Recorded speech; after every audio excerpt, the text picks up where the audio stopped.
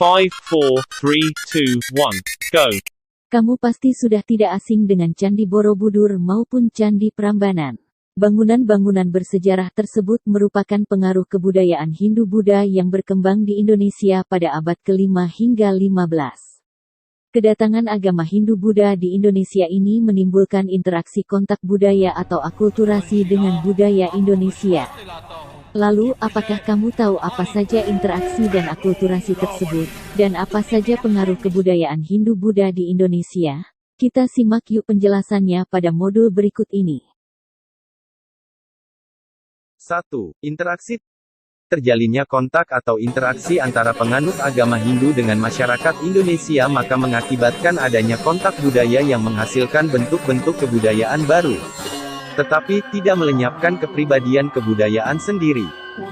2. Akulturasi. Akulturasi kebudayaan yaitu suatu proses percampuran antara unsur-unsur kebudayaan yang satu dengan kebudayaan yang lain, sehingga membentuk kebudayaan baru. Kebudayaan baru yang merupakan hasil percampuran itu masing-masing tidak kehilangan kepribadian atau ciri khasnya. Oleh karena itu, untuk dapat berakulturasi, masing-masing kebudayaan harus seimbang. Begitu juga untuk kebudayaan Hindu-Buddha dari India dengan kebudayaan Indonesia asli. Sebagaimana diuraikan oleh Haryoso, akulturasi adalah fenomena yang timbul sebagai hasil jika kelompok-kelompok manusia yang mempunyai kebudayaan yang berbeda-beda bertemu dan mengadakan kontak secara langsung dan terus-menerus, yang kemudian menimbulkan perubahan dalam pola kebudayaan yang original dari salah satu kelompok atau kedua-duanya.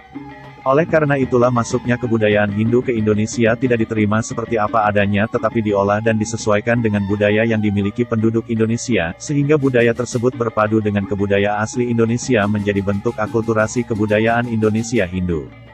Berikut adalah hasil interaksi sebagai wujud akulturasi budaya tersebut. 1. Seni bangunan. Bentuk-bentuk bangunan candi di Indonesia pada umumnya, merupakan bentuk akulturasi antara unsur-unsur budaya Hindu-Buddha dengan unsur budaya Indonesia asli. Bangunan yang megah, patung-patung perwujudan dewa atau Buddha, serta bagian-bagian candi dan stupa adalah unsur-unsur dari India.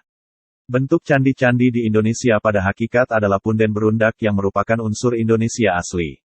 Candi Borobudur, merupakan salah satu contoh dari bentuk akulturasi tersebut. 2. Seni rupa dan seni ukir. Masuknya pengaruh India, juga membawa perkembangan dalam bidang seni rupa, seni pahat, dan seni ukir. Hal ini dapat dilihat pada relief atau seni ukir yang dipahatkan pada bagian dinding-dinding candi. Misalnya, relief yang dipahatkan pada dinding-dinding pagar langkan di Candi Borobudur yang berupa pahatan riwayat Sang Buddha.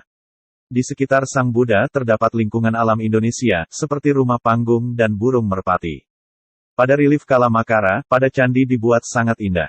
Hiasan relief Kalamakara, dasarnya adalah motif binatang dan tumbuh-tumbuhan.